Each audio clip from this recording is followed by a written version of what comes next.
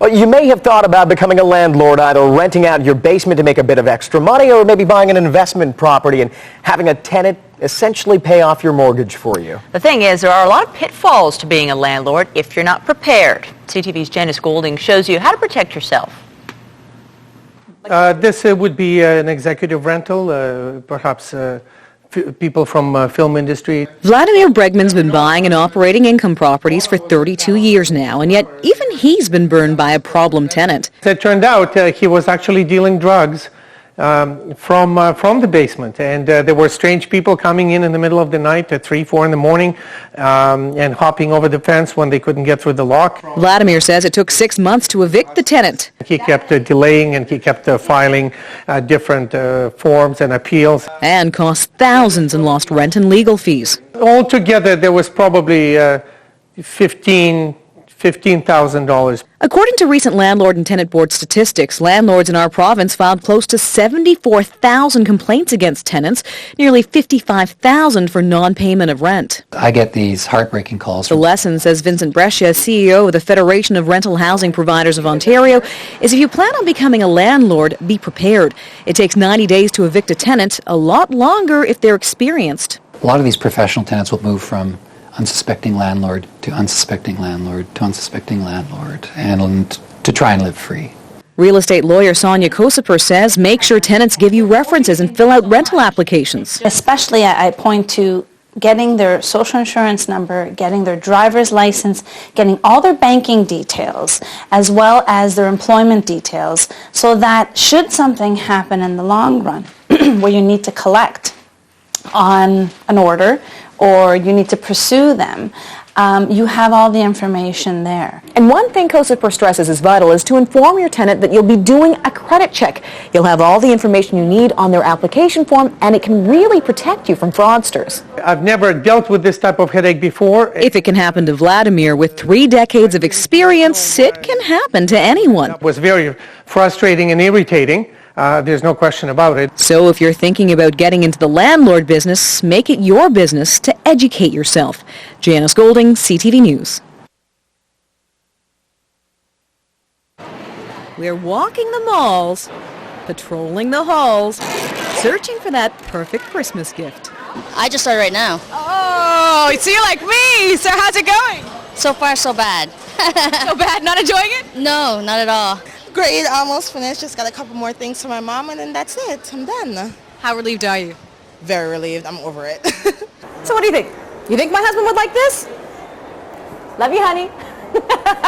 With just a few days left till Christmas, there's no time to waste. We've been here since 10 a.m. and we're ready to get out of here. It's getting crazier. It's getting crazier. I'm done. Now Happy to be done? Beer. It's time for a beer now. That's where I am. And speaking of waste, this lady's not one to waste time on idle chit-chat. How has your Christmas shopping been going? Fine. You almost done? Yes. Happy to be almost done? Yes. So, do you enjoy Christmas shopping? No. Enjoy happy holidays. Stores at the Scarborough Town Centre are doing brisk business. How's the Christmas sales going? Like this. Or like that. Although the rush isn't filling everyone with Christmas joy. How stressful is it in the lead up to Christmas? It's pretty dang stressful, I'd say. There's a lot of people in the store, as you can see. Yes, for some, it's been that kind of day. Not the best time. Can't wait to get home. So I understand you're carrying everything for your sister? Yeah. You won't even go into the store? It's just packed in there. Although there are a few people you can always count on for a smile. Are you enjoying meeting all the children? Oh, I always enjoy the children.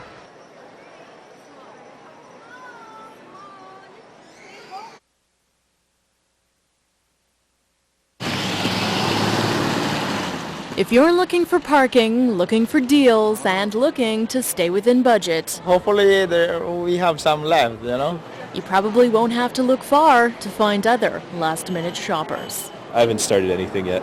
I couldn't figure out any other day to do it. And those last-minute shoppers know that between the navigating, the lineups, and the crowds, the mall at Christmas time can be a blur. I'm just overwhelmed, I don't know what I need to get. At Fairview Mall, 100,000 people are expected to stroll through the halls today, more than double the usual. their busiest Christmas shopping day, and they're ready, with added security and extra customer service personnel.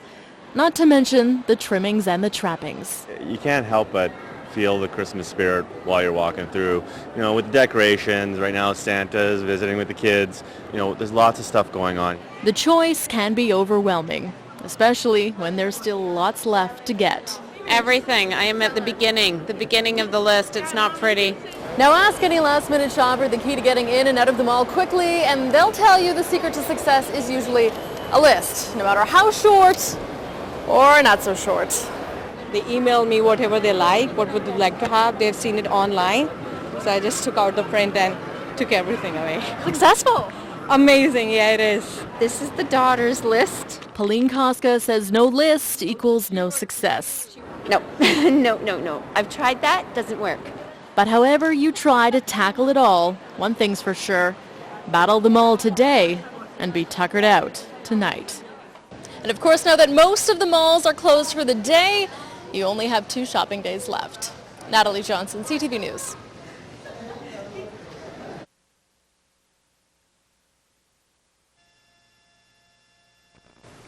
A Regina man has taken a unique approach in an effort to bring his community together. On his front lawn sits a small structure. It looks like a birdhouse, but inside holds a key to helping people expand their minds. Calvin Toe has the details. Timeless Mind. That must be... Oh, I like Greg Island. There's something new in the neighborhood. Guy Vanderhagen. He had the back door of the garage open. I wondered, what's he working on here? Is that a doghouse? It sure looks like one, but if you take a closer look... Well, I think it's really unique. I mean, I've never seen anything like it before. It's called the Little Free Library, and in terms of libraries, it's probably the smallest you've ever seen. It's hardly enough for a handful of books, but lately it's become the center of attention here on this quiet street. Very good idea. Now, libraries are known for making people shush, but this one is causing quite the opposite reaction. Jessica Nixon decided to check it out, and she's not even big on books. So I just asked a gal at work if she had any good books that she could recommend. I'm not much a reader, and she said, you know, I just drove by this place near my house, and there's this little box. A little box containing a world of stories, from National Geographic to a book on how to age with grace. It's a new adventure for everyone who opens it. The books in here change every day. Grant Welke built this thing from leftover items in his garage. A wooden post, shingles from his gazebo, stucco that matches his house. It's quite the work of art that's now become a centerpiece of this neighborhood. We check it every day. My wife and I, every day after work, we have a look, and we've probably taken half a dozen books out of here. Here's how it works. You take a book that you like that you've already read, like this one, my personal favorite. Look for something you find interesting. Malcolm Gladwell. That looks good. And you do a little swap. Simple as that. Simple enough that even people who don't visit normal libraries can be found here.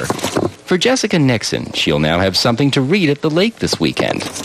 Maybe she's going to start reading because she wants to see what other people are reading and share books with them. And so if that's happening, oh, that's amazing. Amazing. What a big difference a little library can make. Calvin Toe, Global News.